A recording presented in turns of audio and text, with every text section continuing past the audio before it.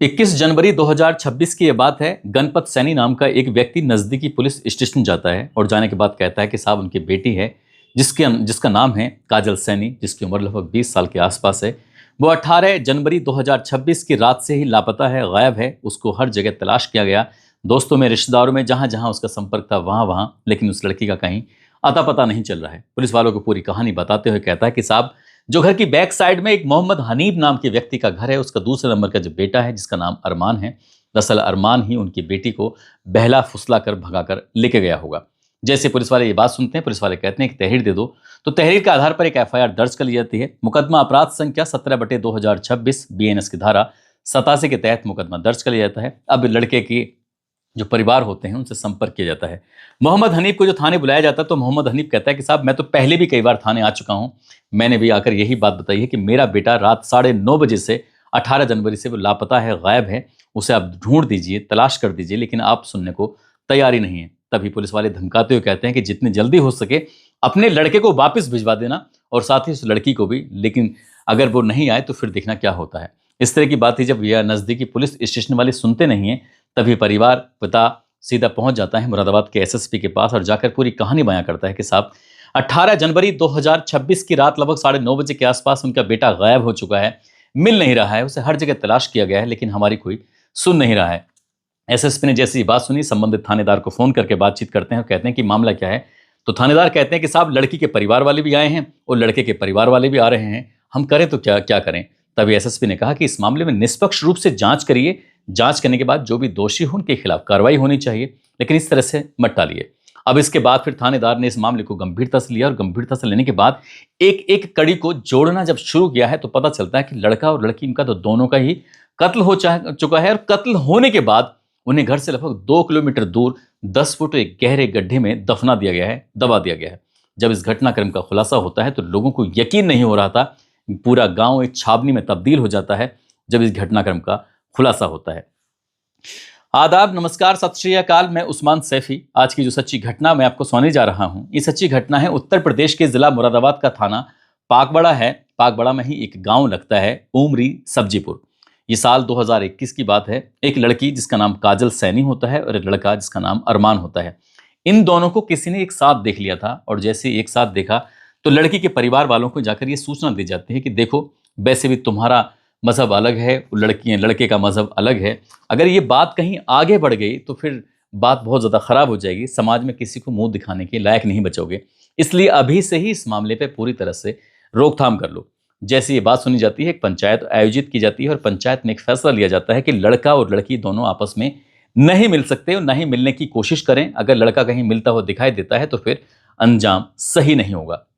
इस तरह का आदेश दे दिया जाता है। जब ये आदेश दिया जाता है तभी लड़के को लड़की को याद आता है, क्योंकि बचपन में दोनों साथ साथ पढ़ते थे। साथ साथ पढ़ते पढ़ते कब दोनों गहरे दोस्त हो जाते हैं उनको पता ही नहीं चलता। हालांकि लड़की ने पढ़ाई को अपनी जारी रखा, लेकिन जो लड़के का परिवार होता है वहाँ पढ़ाई का कोई माहौल नहीं होता है। लड़के हर 5 भाई होते हैं और 4 बहनें होती हैं। कुल मिला के इनका 9 लोगों का परिवार था। घर में मेहनत मजदूरी या फिर टाइल्स लगाने का काम या फिर कोई वैसा जो टेक्निकल काम होता है इस तरह का काम किया करते थे, कंस्ट्रक्शन का, लेकिन वो पढ़ाई नहीं होती थी। आखिरकार जैसे ही ये बात 2021 में पता चलती है तभी लड़के को कहा जाता है कि लड़की से मिलने की कोशिश मत करना, और लड़के ने फिर विदेश जाने का फैसला कर लिया। वो सीधा पहुंच जाता है सऊदी अरब। सऊदी अरब में जाता है, वहां जाने के बाद टाइल्स और मार्बल का वो काम करना शुरू कर देता है। धीरे धीरे वक्त ऐसे ही आगे बढ़ रहा था और सितंबर 2025 की ये बात है, वो अपना इंडिया जाता है। और जब इंडिया आता है तो अब तक ये मामला पूरी तरह से शांत हो चुका था। जिस बात को लेकर पंचायत हुई थी, अब ना कोई लड़की वालों की तरफ से कोई शिकायत थी, ना ही लड़के वालों की तरफ से कोई शिकायत थी, लेकिन कोई नहीं जानता था कि इन दोनों की आपस में बातचीत होती है। दोनों व्हाट्सएप पर कॉल किया करते थे, बातचीत किया करते थे और ये अपने चुपचाप आराम से ऐसे ही चल रहा था। ऐसे ही चलते चलते लड़के ने अब ये फैसला कर लिया था कि वो यहाँ से वापस सऊदी अरब नहीं जाना चाहता, यहीं रहकर वो अपना काम करेगा। परिवार से उसने रजामंदगी ले ली थी और उसने फिर मुरादाबाद में अपना काम भी डाल लिया था। आखिरकार वो काम पे जाना, फिर काम करके वापस अपने घर चलाना, इस तरह का चल रहा था। चलते चलते एक दिन तारीख आती है 18 जनवरी 2026 की रात लगभग 9:30 बजे के आसपास का ये वाकया था। इसी बीच में वो खाना खाता है। खाना खाने के बाद अपनी माँ से कहता है कि मैं बस थोड़ा सा टहल कर अभी आया, और जैसे वो टहलने के लिए जाता है और फिर पूरी रात हो जाती है, पूरी रात वो वापस लौट कर नहीं आता।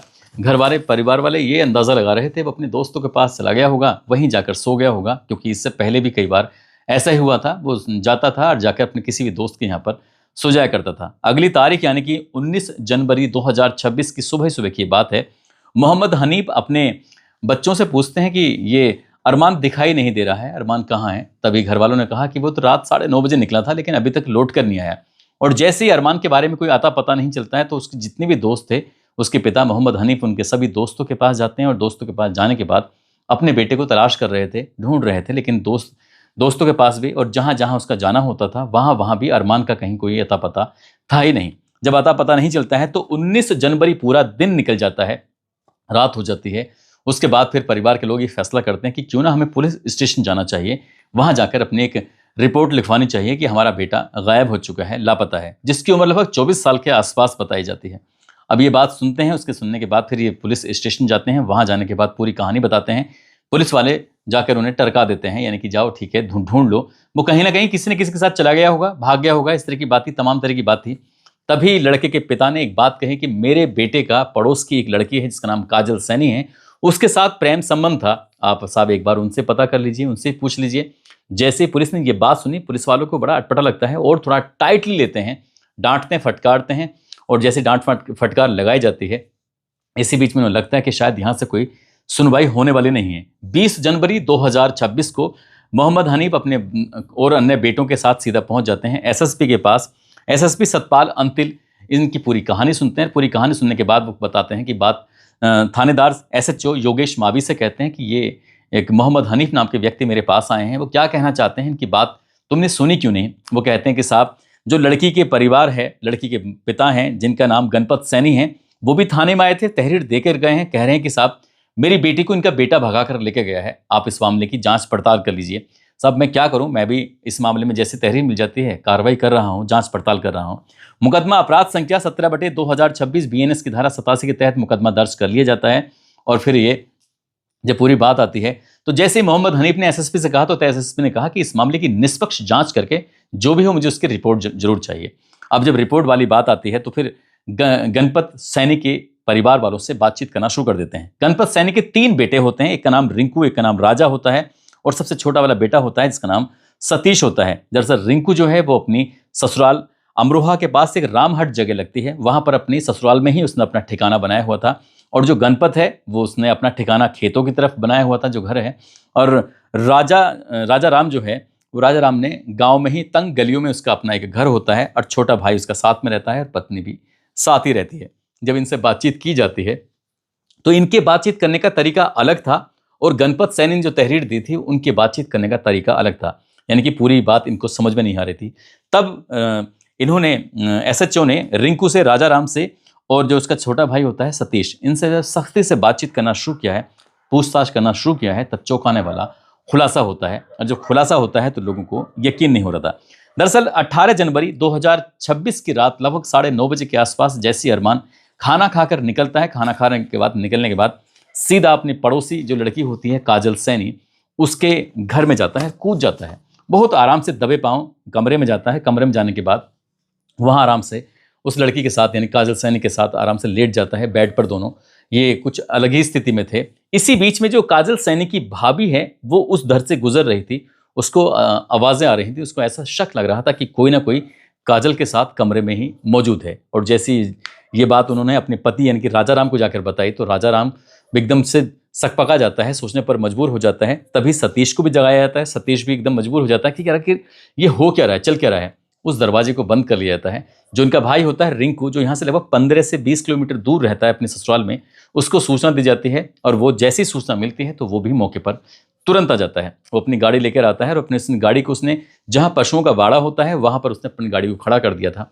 घर आते हैं तीनों भाई। मिलने के बाद अब यहाँ जो अरमान होता है, अरमान को बहुत बुरी तरह से पीटना शुरू कर देते हैं। और जब अरमान को पीट रहे थे तो काजल रोकथाम करने की कोशिश कर रही थी, बार बार कह रहे थे कि भैया इसे मत मारो, इसकी कोई गलती नहीं है, इस तरह की बात कर रही थी। ये बात सुनने के बाद उन तीनों भाइयों को और भी ज़्यादा गुस्सा आने लगता है। ऐसा बताया जाता है कि राजा राम ने और जो उसका भाई होता है रिंकू, इन्होंने इसके हाथ पैर बांधते हैं और उसके बाद फिर उसको डंडे से, लाठी से बहुत बुरी तरह से मारा जाता है, पीटा जाता है और वो गंभीर रूप से घायल हो जाता है।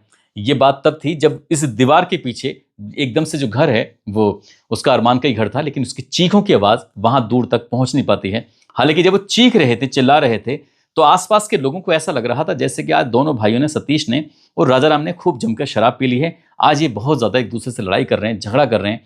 लड़की की भी चीखने की बीच बीच में आवाज़ आ रही थी। जब चीखने की आवाज़ आ रही थी तो आसपास के लोगों को ये समझ ही नहीं आया कि आखिरकार इस घर के अंदर चल क्या रहा है। उनको लग रहा था कि शायद आपस में लड़ाई झगड़ा वगैरह कुछ हो गया है, लेकिन वो बार बार चीख रहा था, चिल्ला रहा था। अरमान अपनी जान बचाने की तमाम कोशिश कर रहा था। उधर काजल सैनी भी अपनी जान बचाने की तमाम कोशिशें कर रही थी कि भैया इससे मत मारो। हालांकि उनका टारगेट काजल सैनी था ही नहीं, वो उसे नहीं मारना चाहते थे। इसी बीच में सतीश को बहुत ज़्यादा गुस्सा आता है। जब सतीश को बहुत ज़्यादा गुस्सा आता है, वो फावड़ा उठाता है। फावड़ा उठाने के बाद एक के बाद एक अरमान पर कई सारे वार कर देता है। और जैसे उसने अरमान पर वार किए तो काजल ने रोकने की कोशिश की। वो आप देखता है ना ताप देखता है, और उसने उसके बाद फिर काजल को भी ठीक वैसे ही मारता है जैसे क्या अरमान को मारता है। ये दोनों मर जाते हैं। मरने के बाद फिर यहाँ से कुछ बोरी का इंतजाम किया जाता है। बोरी का इंतजाम करने के बाद दोनों की लाश को बोरी के अंदर रखा जाता है। ये सोचने में लगते हैं कि आखिरकार अब हम करेंगे क्या। जब इनकी लाशें निकल के सामने आएंगी, पुलिस आएगी, पुलिस पकड़ेगी, हमें मारेगी, जेल भेजेगी, इस तरह की बात इनके दिमाग में आने लगती है। तब ये फैसला लेते हैं कि ये काम करते हैं, इनकी लाश को उठाकर यहाँ से दूर लेके चलते हैं और कहीं कुछ करते हैं। इसके बाद सबसे पहले उन दोनों लाशों को जो बोरी में रखी हुई थी गाड़ी तक लेके जाते हैं, और गाड़ी तक ले जाने के बाद यहाँ से लगभग 2 किलोमीटर दूर एक गांगन नदी है, उसके पास में ही एक नीम करोली बाबा का मंदिर है, वो आश्रम है। उस आश्रम के पीछे वाले हिस्से में लेके जाते हैं। तीनों भाई 3 फावड़े का इंतजाम करते हैं, और 3 फावड़े का इंतजाम करने के बाद वहाँ बहुत गहरा गड्ढा खोदते हैं, और गड्ढा खोदने के बाद फिर सबसे पहले अरमान को उसके अंदर डाला जाता है। उसके बाद फिर काजल सैनी को भी उसी गड्ढे के अंदर डाल दिया जाता है, और डालने के बाद उनको पूरी तरह से दबा दिया जाता है, दफन कर दिया जाता है। अगली तारीख आती है। अगली तारीख आने के बाद राजाराम राजमिस्त्री का काम करता है, और वो अपने राजमिस्त्री के लिए काम पर निकल जाता है। जो उसकी पत्नी होती है वो आलू खोदने के लिए निकल जाती है, और जो माँ होती है वो हरदई जिनका नाम है, वो अपने गांव के ही किसी की ईख छीलने के लिए निकल जाती है। गणपत भी अपने काम से निकल जाता है, और रिंकू अपनी ससुराल में था, उसे यहाँ रहने की कोई ज़रूरत ही नहीं थी। छोटा भाई भी अपने काम से लग जाता है। जब ये काम से लग जाते हैं, ये आराम से ऐसा व्यवहार कर रहे थे जैसे कि कुछ हुआ ही नहीं है। और जब ये 18 तारीख की रात गुजर जाती है, 19 तारीख गुजर जाती है, और 20 भी निकल जाती है, लेकिन गांव में एक तरह की सुगबुगाहट शुरू हो जाती है। क्योंकि जब मोहम्मद हनीफ अपने बेटे को लगातार तलाश कर रहे थे तो किसी ने ये खबर दे दी थी कि हमने चीखों की आवाज़ सुनी थी, और कुछ हो सकता है कि कुछ ना कुछ रात में कुछ गड़बड़ हुई हो। उनकी बेटी भी घर पर दिखाई नहीं दे रही है। उनको पूरी तरह से अंदेशा हो चुका था कि घर में कुछ ना कुछ अनर्थ ज़रूर हुआ है। तंग गलियों से उन आवाज़ों को, चीखों को पहुंचने के लिए लगभग 3 दिन का समय लगता है। जब मोहम्मद हनीफ एसएसपी के पास जाते हैं, जाने के बाद अपने बेटे की गुमशुदगी दर्ज कराने की बात करते हैं। इधर गणपत ने जो मुकदमा दर्ज कराया था, एफआईआर दर्ज कराई थी, उसके बाद फिर इसमें यह बताया जाता है कि गणपत सैनी को अपनी बेटी के गुम होने के बारे में कुछ जानकारी ही नहीं थी। वो अपने बेटों पर, तीनों पर थाने के अंदर बरस जाते हैं, और गुस्से में कहते हैं कि तुमने बेटी को मारकर बिल्कुल भी अच्छा नहीं किया। हालांकि इनके बारे में कुछ पता चलता है कि करीब 16 साल पुरानी ये बात है। गांव के ही एक लड़के को इन्होंने गोली मार दी थी। गोली लगने से वो लड़का मरा नहीं था, लेकिन गंभीर रूप से घायल हो जाता है। उसके बाद फिर इस मामले में एफआईआर दर्ज होती है। मामला कोर्ट कचहरी पहुंचता है, और अदालत इस गणपत को लगभग 7 साल की सजा सुनाता है। 7 साल तक इसको सलाखों के पीछे रहना पड़ता है। अब से लगभग करीब 4 साल पहले जब गणपत छूट कर जेल से आता है वापस, तो फिर वो सामान्य जीवन जी रहा था, ऐसी कोई उसकी बात नहीं है। और ये भी जानकारी मिलती है कि इस हत्याकांड में गणपत का और उसकी पत्नी का कोई रोल नहीं है, सिर्फ रोल है तो तीनों बेटों का है।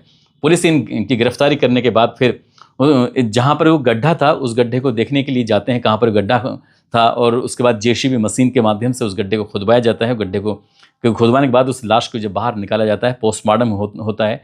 पोस्टमार्टम के बाद लड़की के परिवार वाले कोई शामिल नहीं होते हैं, लेकिन गाँव के जिम्मेदार लोगों ने आखिरकार काजल सैनी का अंतिम संस्कार कर दिया, और जो लड़का होता है अरमान, उसके परिवार ने उसका सुपुर्द खाक कर दिया। और जैसे ये बात गांव में फैलती है, उसके बाद फिर गांव में कहीं तनावपूर्ण स्थिति ना पैदा हो जाए, क्योंकि लड़का अलग समुदाय से है और लड़की अलग समुदाय से है, और इस तरह से डबल हत्याकांड होने की वजह से कि गांव के माहौल ना खराब हो जाए, लगभग 3 टुकड़ी पीएससी की आती हैं, और साथ ही 11 थानों की पुलिस आती है। गाँव में चप्पे चप्पे पर पुलिस वाले तैनात कर दिए जाते हैं, कहीं गाँव का माहौल खराब ना हो जाए।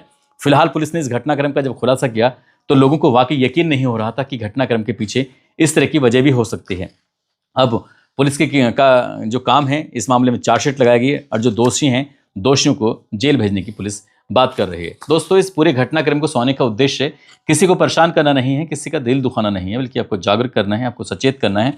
और जाते जाते आर्यन अली हैं, आज इनका जन्मदिन है, जन्मदिन की बहुत बहुत शुभकामनाएं। साथ ही कुछ लोगों ने नाम लेने की अपील की है, जिसमें रिंकी, विजय सिंह मीणा, विपिन कुशवाहा, उमेश कुमार, सुनील कुमार, मोहम्मद अजीम, डॉक्टर संजय यादव, दिनेश पाल, सुबीन खान, जुल्फिकार अली, सुधीर कुमार गुप्ता, कमल किशोर, हर्ष पासवान, बबीता, गीता शर्मा, साबिर कादरी, आफ्ताफ आलम, मोहम्मद याकूब अली, मोहम्मद इजहार, छोटू यादव, फैजान पठान, नंदन यादव, सोनू सिसोदिया, मृत्युंजय शर्मा। आप सब लोग अपना ख्याल रखें, सुरक्षित रहें। जय हिंद, जय भारत।